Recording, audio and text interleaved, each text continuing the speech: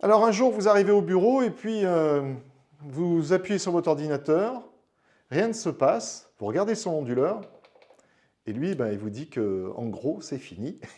L'onduleur est mort, peut-être mort ou peut-être pas mort.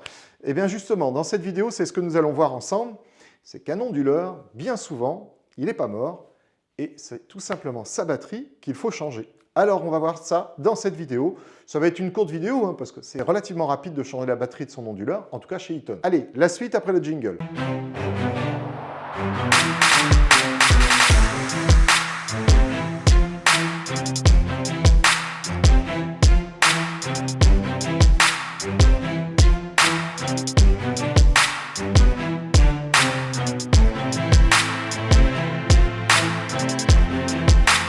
Alors, comme vous le voyez ici, j'ai reçu ce petit carton. Ce petit carton contient la nouvelle batterie de cet onduleur. Alors, je vais être transparent avec vous. Cette vidéo, c'est un petit peu moi qui ai sollicité Eaton, tout simplement parce que je me suis dit, c'est quand même dommage. On a souvent des clients qui nous disent, les onduleurs, c'est une durée de vie assez courte et ils ne changent pas leur batterie. Alors, pourquoi ne changent-ils pas leur batterie? Peut-être que tout simplement, ils se disent que ça ne vaut pas le coup.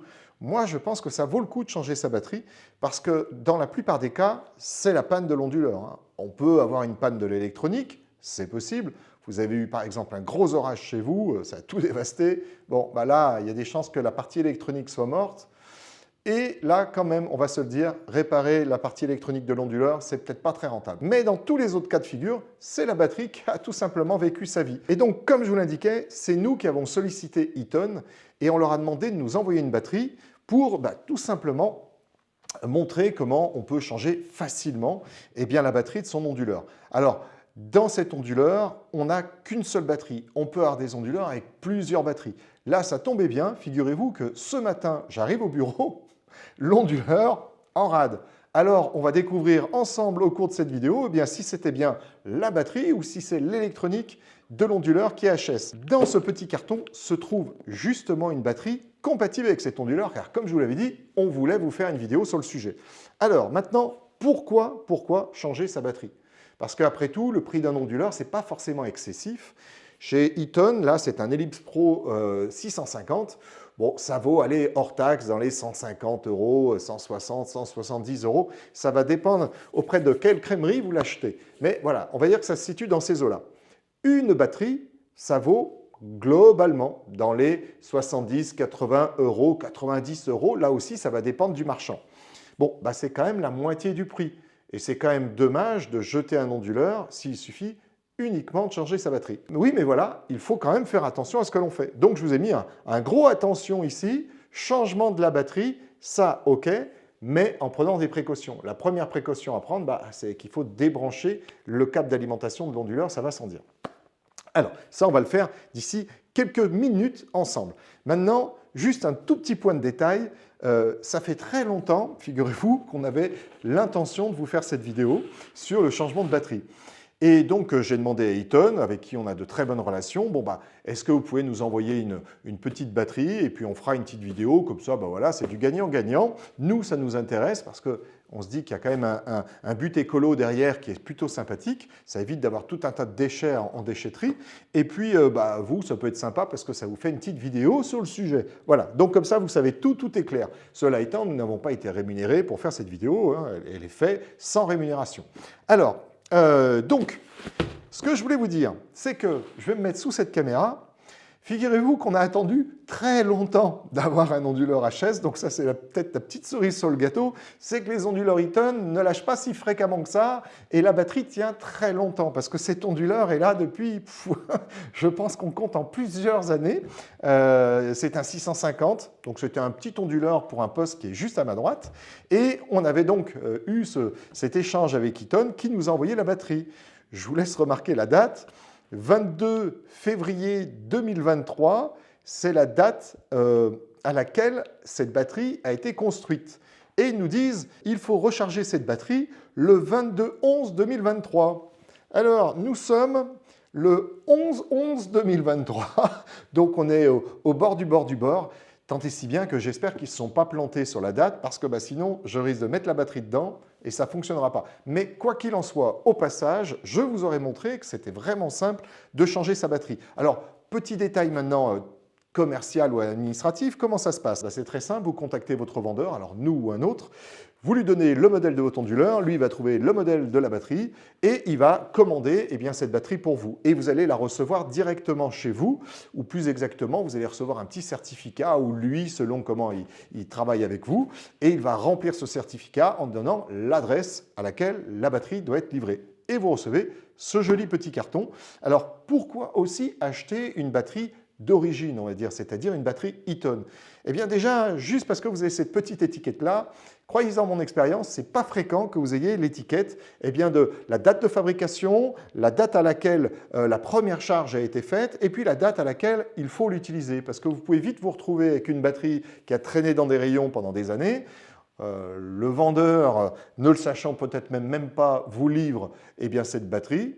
Et au final, cette batterie, au bout de quelques petits mois, hop, terminé HS. Et là, vous allez vous dire, mais c'est pas possible, c'est l'onduleur, c'est la batterie, et vous allez tout jeter.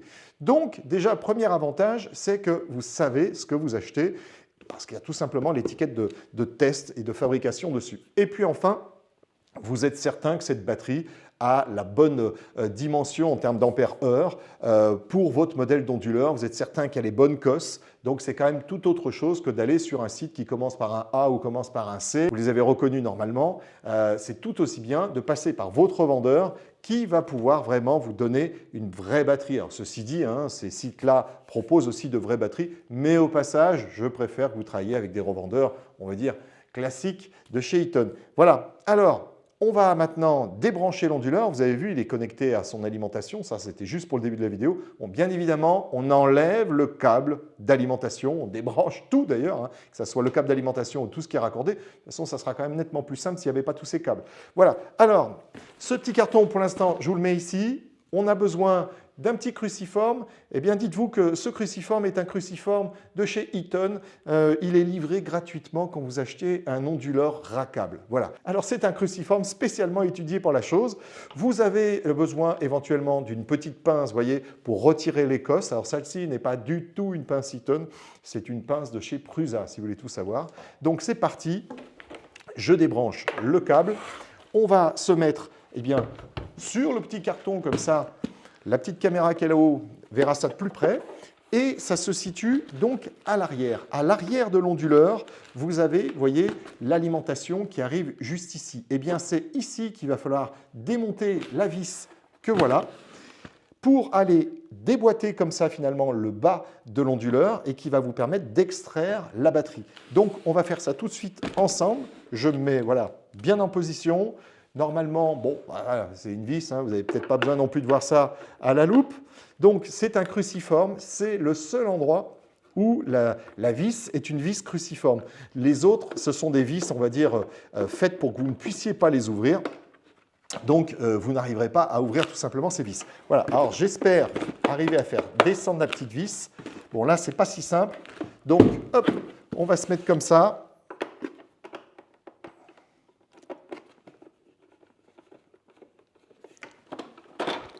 Voilà, donc la petite vis est sortie et hop, je vous montre tout simplement que là, on a la petite trappe, on va dire, voilà, qui vient de s'ouvrir et on a juste en dessous la batterie. Comme vous allez pouvoir le voir, cette batterie est gonflée, donc clairement, elle est morte. Donc, grand espoir que cet onduleur fonctionne encore. Quand vous avez une batterie dans cet état, c'est que globalement, l'onduleur peut fonctionner. Donc là, on va retirer la batterie, si elle veut bien sortir, parce que là, quand elle est gonflée comme ça, je ne vous cache pas qu'elle prend un peu plus de place. Donc, on va aller l'extraire comme on peut. Voilà, elle vient. Je mets le carton comme ça. Alors, normalement, on ne galère pas autant. Je ne vous le cache pas que là, c'est juste pour surélever, vous voyez, pour que vous puissiez bien voir par le haut ce qui se passe. Voilà, alors là, je vous assure, elle est vraiment gonflée. Donc, on va retirer l'écosse. Alors l'écosse, il n'y a rien de plus simple, avec la bonne pince, on n'abîme pas le plastique, et évidemment, on prend soin de faire ça sans abîmer le plastique. Hop, une première, et puis une deuxième, voilà. Elle est retirée, ça on va le mettre juste ici pour l'instant. Alors vous voyez là, la batterie a vraiment souffert. Elle est très gonflée, donc celle-ci est morte. Hein, voilà. Donc celle-là, ça sera en déchetterie, mais bon, elle aura fait une bonne vie. Alors, on ouvre maintenant le petit carton. Hop. Et on espère ensemble eh ben, que la batterie, ça fait pas trop longtemps qu'elle est dans son carton, parce que vous voyez, on est vraiment juste en termes de date. C'est plus que limite. C'est plus que limite. Et donc, il ne me reste plus qu'à récupérer l'onduleur et puis, hop, à aller insérer la batterie. Alors, bon, bah, je vais faire mon mieux pour que ça soit visible par vous. Donc, on va se faire ça comme ça.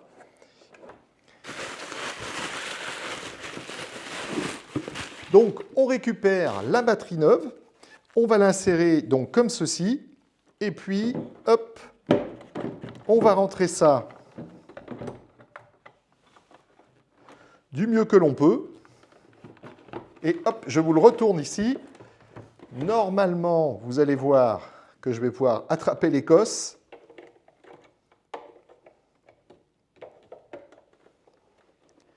Donc, on attrape l'écosse avec la petite pince.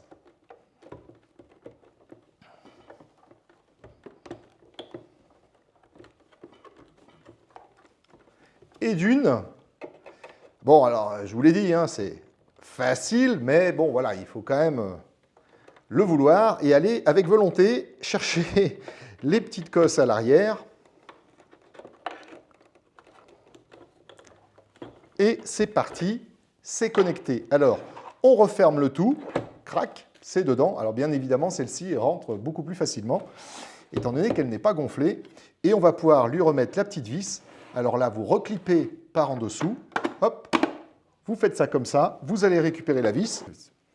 Vous remettez donc la vis au même endroit, clac, et ça va être l'instant de vérité. On va voir s'il se rallume. Donc, comme vous pouvez le voir, l'onduleur se rallume. Là maintenant, on a bien un affichage. Je vous affiche que la batterie est chargée à 100%, donc vous voyez, hein, les batteries Eaton sont plutôt de bonne valeur. Je vais démarrer l'onduleur et on va voir ce qu'il nous dit. Eh bien, c'est bon. L'onduleur a démarré. Donc, comme je vous l'indiquais au départ, bien souvent, c'est la batterie qui est HS dans un onduleur. Donc voilà, ce n'est pas la peine, on va dire, de changer tout l'onduleur. Vous pouvez changer que la batterie. Alors, vous avez vu, ça demande évidemment un petit peu de travail. Si vous passez par un revendeur, bien évidemment, il va vous facturer un petit peu d'intervention. Alors j'allais dire que quand bien même ça rehausse un peu le prix de la batterie, vous faites quand même une bonne action au niveau de la planète parce que vous évitez tout simplement ce gros déchet en déchetterie. Et le seul déchet qu'il y aura à mettre en déchetterie, c'est cette batterie au plomb, ma foi, qui, elle, sera recyclée sans aucun problème par des usines qui vont pouvoir donc recycler tout ça. Voilà, c'est donc ainsi que se termine cette vidéo. Vous voyez, ça a été relativement court et très facile finalement pour remettre la batterie à l'intérieur et faire repartir l'onduleur. Là, c'est reparti pour quelques années, hein, parce qu'une batterie comme celle-ci va pouvoir durer 1 an, 2 ans, 3 ans. Ça va dépendre bien évidemment de ce qui lui arrive, c'est-à-dire est-ce que vous avez souvent des coupures, est-ce que vous avez rarement des coupures. Et donc, en fonction de cela, eh bien, la batterie va durer plus ou moins longtemps. Quoi qu'il en soit, vous êtes reparti tranquille pour au moins 1 an ou 2, sans aucun problème. Voilà! Je vous remercie d'avoir suivi cette vidéo. N'hésitez pas à mettre un commentaire, n'hésitez pas à liker, n'hésitez pas à partager. Et je vous retrouve une prochaine fois pour un changement, peut-être encore une fois, d'une batterie d'un onduleur. Mais vous avez vu, il faut vraiment attendre parce qu'elles sont relativement costauds. Allez, je vous dis à très bientôt.